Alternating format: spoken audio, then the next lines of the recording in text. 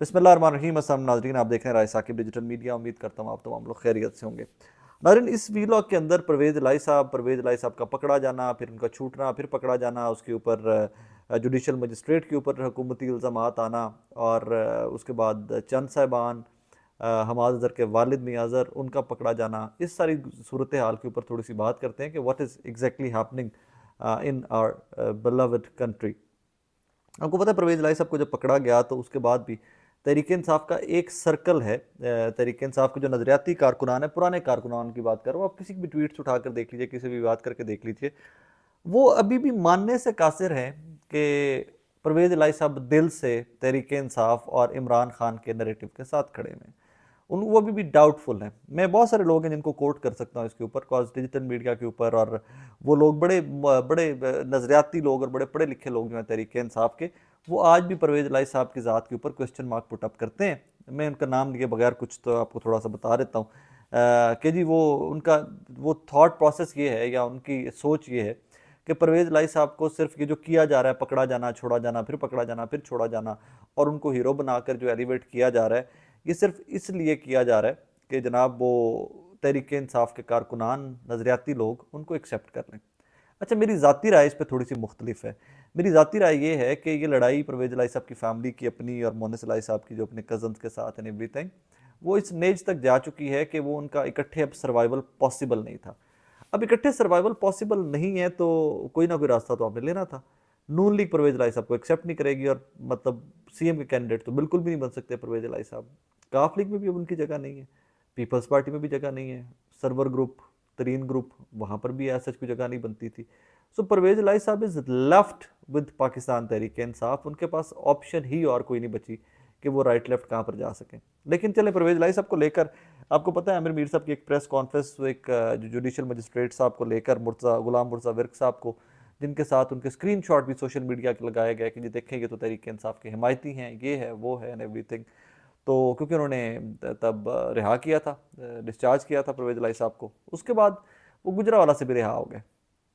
उसके ऊपर रद्द अमल कल आया था जुडिशल मजिस्ट्रेट का, गुलाम मुर्तज़ा विर्क साहब का, वो रद्द अमल मेंशन करने के काबिल है। तो उसके ऊपर जो जुडिशल मजिस्ट्रेट गुलाम मुर्तज़ा विर्क साहब ने रद्द-ए-अमल देते हुए कहा जनाब कि अब पंजाब हुकूमत कहाँ मर गई है।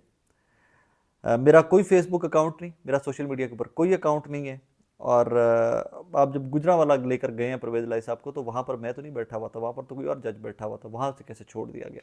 और ये गुस्सा, ये उनका फ्यूरी बड़ी जस्टिफाइड है मेरे नज़दीक, क्योंकि एक जज के ऊपर, सिटिंग जज के ऊपर यूँ इल्ज़ामात की बौछार कर देना विदाउट एनी प्रूफ, क्योंकि वो खुद जज साहब कह रहे हैं कि मेरे उनका अकाउंट है ही को नहीं, सब लोगों ने जाली अकाउंट बनाए हुए हैं। तो आई थिंक ये थोड़ा सा लिमिट्स को पुश करने वाली बात थी, और हमारा जो केयर टेकर सेटअप है वो इस लिमिट को गुलाम मुर्तज़ा विर्क साहब को लेते हुए पुश कर गया। और उन्होंने एंड में ये भी कहा, उन्होंने कहा कि अगर आपको मेरे पे एतबार नहीं है तो आप लोग जाएं किसी और के पास केस ले जाएं, आप, मैं नहीं सुनता आपका ये केस। बहरहाल ये कहानी इस तरह थी कि, लेकिन परवेज़ लाई साहब की ज़ात के ऊपर लोग आज भी क्वेश्चन मार्क पुट करते हैं, लोग आज भी क्वेश्चन उठा रहे हैं कि इज़ ही तहरीक इंसाफ और he is not Tehreek Insaf. ये बहस चल रही है, लेकिन मेरी ज़ाती राय में जो मैं थी, जो मुझे ज़ाती तौर पर लगता है, वो मैंने आपके गोशगुजार कर दिया। अब इससे आगे चलें तो कल रात को चंद साहब को, हाजी चंद साहब को, नदीम अफजल चंद साहब, गुलरेज साहब के वालिद, उनको पुलिस ने उठाया। हमार अज़हर के वालिद मियां अज़हर साहब, साबिका गवर्नर, काफ लीग के बानियों में से, काफ लीग बनाने वाले लोगों में से मियां अज़हर साहब को भी उठा लिया गया। उसके साथ ही एक बड़ी वो हार्ट फेल्ट सी स्टोरी है, और वो बड़ी मतलब दुख से भरी हुई स्टोरी है, वो मियां असलम इकबाल साहब ने जो लिखी है, जिसमें उन्होंने लिखा है कि मेरी बच्ची का निकाह पोस्टपोन इसलिए हो गया है कि मेरे घर के मुहाफिज, मेरे मुल्क के मुहाफिज, मेरे पंजाब के मुहाफिज, पुलिस मेरी बच्ची का जहेज़ तक उठा कर ले गए घर से। सो अगर तो इसमें कोई हकीकत है तो ये बड़ी ही खौफनाक और बड़ी ही डरावनी सी कहानी है। इसके ऊपर इन्वेस्टिगेशन होनी चाहिए, और इसके ऊपर तफसीलन इन्वेस्टिगेशन होनी चाहिए, क्योंकि ये एक असलम इकबाल साहब ने तो इस तरह की कहानी लिख दी। बहुत सारे लोग हैं जो शायद इस तरह की कहानियाँ नहीं लिख सकते, या उनकी आवाज़ मीडिया के तवस्सुत से, मीडिया के रेफरेंस से आगे लोगों तक या आला हुकाम तक नहीं पहुंच रही। तो इसके ऊपर मेरी गुजारिश ये है कि इसके ऊपर एक इन्वेस्टिगेशन ज़रूर होनी चाहिए, डिटेल्ड इन्वेस्टिगेशन का कोई ना कोई मामला इसमें होना चाहिए। अब आगे चलिए थोड़ा सा, तो हाजी चंद साहब को क्यों उठाया गया, हमारा साहब के वालिद को क्यों उठाया गया, तो उसमें कहानी कुछ इस किस्म की है जनाब कि हाजी चंद साहब बड़े वज़ादार, क्योंकि मेरे बिल्कुल 7 डिस्ट्रिक्ट, हाफ़िज़ाबाद के 7 डिस्ट्रिक्ट है आगे मंडी बहाउद्दीन।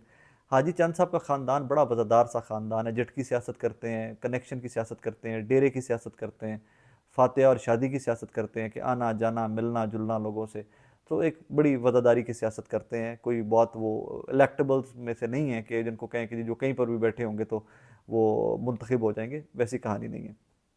इनके एक साहबजादे नदीम अफजल चंद साहब, आपको पता है वो पीपल्स पार्टी से तहरीक इंसाफ में है और तहरीक इंसाफ से वापस पीपल्स पार्टी में जा चुके हुए।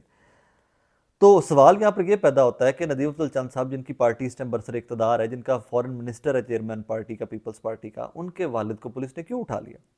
तो कहानी जनाब ये है कुछ इस किस्म की कि इनके मामू हैं हाजी नदीम अफजल चंद साहब के मामू हैं नदर गोंदल साहब।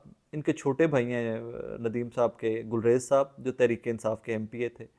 तो अब बज़ाहिर लोकली लोग ये कहते हैं कि प्रेशर ये है कि जी हाजी चंद साहब के ऊपर कि आपके कहने के ऊपर ये दोनों प्रेस कॉन्फ्रेंस कर सकते हैं, तो आप इनसे प्रेस कॉन्फ्रेंस करवाएं। गुलरेज भी अभी पार्टी में अड़े हुए हैं और यहाँ पर नदर गोंदल साहब भी पार्टी में अड़े हुए हैं, अभी तक वो तहरीक इंसाफ का हिस्सा है। मैं थोड़ा सा बैकग्राउंड बता दूं गुलरेज साहब का। गुलरेज साहब वो शख्सियत हैं कि जिनके भाई तहरीक इंसाफ को छोड़कर चले गए थे नदीम अफजल चंद साहब। तो गुलरेज साहब ने तहरीक इंसाफ नहीं छोड़ी थी, ये तहरीक इंसाफ के टिकट के ऊपर एमपीए थे 18 के इलेक्शन में। इनके टिकट के ऊपर बड़ी पॉलिटिक्स हुई है। इनके टिकट का जो इनका कंफर्म टिकट था मंडी बहाउद्दीन से तहरीक इंसाफ का, वो टिकट इनको अवार्ड नहीं किया गया था और वो टिकट दे दिया गया था कमर खान साहब को, जो कमर चाय वाले हैं, जिन्होंने कल पर पार्टी छोड़ दी है, प्रेस कॉन्फ्रेंस कर दी है। अब यहाँ पर ये शर्मिंदगी का मकाम भी होता है उन पार्टियों के लिए कि वो लोग जिनको आपने इग्नोर किया, जिनको आपने टिकट नहीं दिए, जो आपके सिटिंग एमपीएस थे और जिनको पता नहीं किस वजह से आपने टिकट नहीं दिए, वो लोग तो आपकी जमात में खड़े रहे, वो लोग तो जमात छोड़कर कहीं नहीं गए।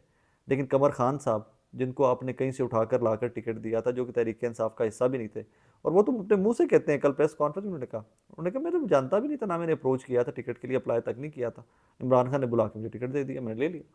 हालात इस तरह के थे, वेव बनी हुई थी तहरीक इंसाफ की। सो ये आई थिंक शर्मिंदगी का मुकाम है।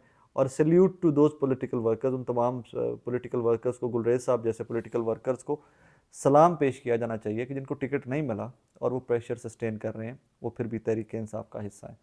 नदर गोंदल साहब, जिनको सीनियर पॉलिटिशियन है, जिनके ख़ानदान के साथ ये गुलरेज इकबाल साहब वाले टिकट ना देकर ज्यादती की गई थी, लेकिन वो लोग तमाम के तमाम खड़े हुए।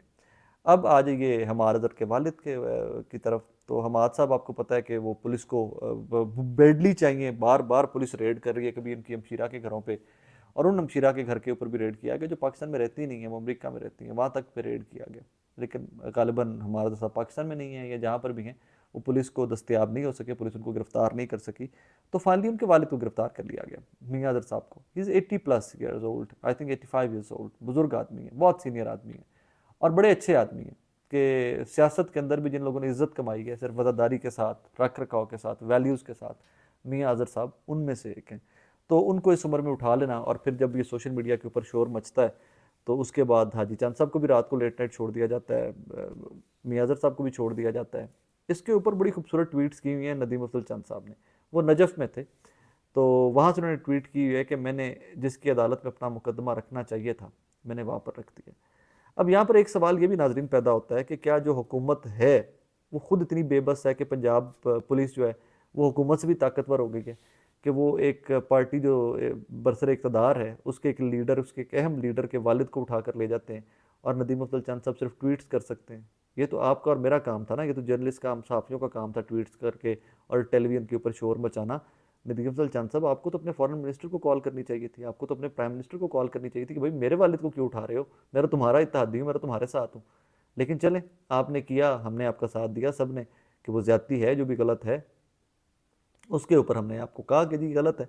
अब इसके ऊपर नदीम अफजल चंद साहब, आपसे मेरी गुजारिश ये है कि अब जहाँ कहीं भी ज़्यादती हो रही है ना, जहाँ कहीं भी कोई बंदा बेगुनाह उठाया जा रहा है, मैं फिर एक चीज़ ऐड कर दूँ कि 9 मई के वाक़यात की जितनी भी मजम्मत की जाए कम है। जो लोग इसमें इन्वॉल्व थे, तोड़ फोड़ में, आग लगाने के अंदर, उनको सज़ा होनी चाहिए। और अगर रियासत वाकई माँ जैसी है तो एक मौका सबको देना भी चाहिए यहाँ पर, कि एक दफ़ा उनको बता दें कि बेटा this was the last warning, इसके बाद अगर कोई लिमिट क्रॉस होगी तो हम आनी हाथों से निपटेंगे। लेकिन चलें, कानून है, वो अपना रास्ता इख्तियार करेगा। लेकिन नदीम अफजल चंद साहब, आपसे मेरी गुजारिश ये है कि जहाँ कहीं भी ज़्यादती हो, जिस तरह बाकी तमाम लोगों ने ये भूल करके आप पीपल्स पार्टी में चले गए हैं, आपके वालिद के लिए आवाज़ उठाई है, आप भी जहाँ कहीं पर आवाज़ उठाने के काबिल इशू होगा, जहाँ कहीं पर भी ज़्यादती होगी, तहरीक इंसाफ का कारकुन हो, काफली का हो, पीपल्स पार्टी का हो, नून लीग का हो, किसी भी सियासी जमात का कारकुन हो। तो मेरी उम्मीद ये है और मेरी ख्वाहिश ये है कि आप भी आवाज़ उठाएं उसके लिए और खुलकर आवाज़ उठाएं। जिस तरह आपने अपने वालिद के लिए आवाज़ उठाई है, उसी तरह मियां अज़हर साहब के लिए उठाइए। उसी तरह उन तमाम लोगों के लिए आवाज़ उठाइए कि जिनकी फैमिलीज़ आज भी अपने बच्चों को ढूंढती फिर रही हैं। सनम जावेद के लिए आवाज़ उठाइए, खदीजा शाह के लिए आवाज़ उठाइए। और जो लोग इन्वॉल्व हैं उनके लिए तो मैं बार बार कह चुका हूँ कि उनको जो तरीकाकार है कानूनी वो इख्तियार किया जाना चाहिए, लेकिन कानूनी तरीकाकार। मैं एक्सपेक्ट करता हूँ, मैं उम्मीद करता हूँ कि नदीम अफजल चंद साहब इंशाल्लाह मियाँ असलम इकबाल साहब के लिए आवाज़ उठाएंगे। अगर उस सारी कहानी के अंदर रियलिटी है तो वो बहुत पेनफुल स्टोरी है मियाँ असलम इकबाल साहब ने जो नरेट की है कि बच्चियों के जहेज़ भी जो घरों से उठाए जा रहे हैं पुलिस की जानिब से। तो उसके ऊपर आई एम वेरी पॉजिटिव कि नदीम अफजल चंद साहब ना सिर्फ के ट्वीट करेंगे, ना सिर्फ के वीलॉग करेंगे, बल्कि वो अपनी बरसर इक़्तिदार पार्टी, अपने पार्टी चेयरमैन बिलावल भुट्टो जरदारी साहब से साबिका सदर से, अपने वज़ीर आज़म, मेरे और आपके वज़ीर आज़म शहबाज, क्योंकि वज़ीर आज़म पाकिस्तान के तो वही हैं, शहबाज शरीफ साहब से बात करेंगे और इस मैटर के ऊपर इंक्वायरी होल्ड करवाएंगे। अपना बहुत सारा ख्याल रखिएगा नाज़रीन। मुल्क की हालात इस तरह के हैं कि दुआएं आपकी बहुत ज़रूरी हैं। हर बंदे को, इस मुल्क को दुआओं की बहुत ज़रूरत है। अपना बहुत सारा ख्याल रखिएगा। अल्लाह हाफ़िज़।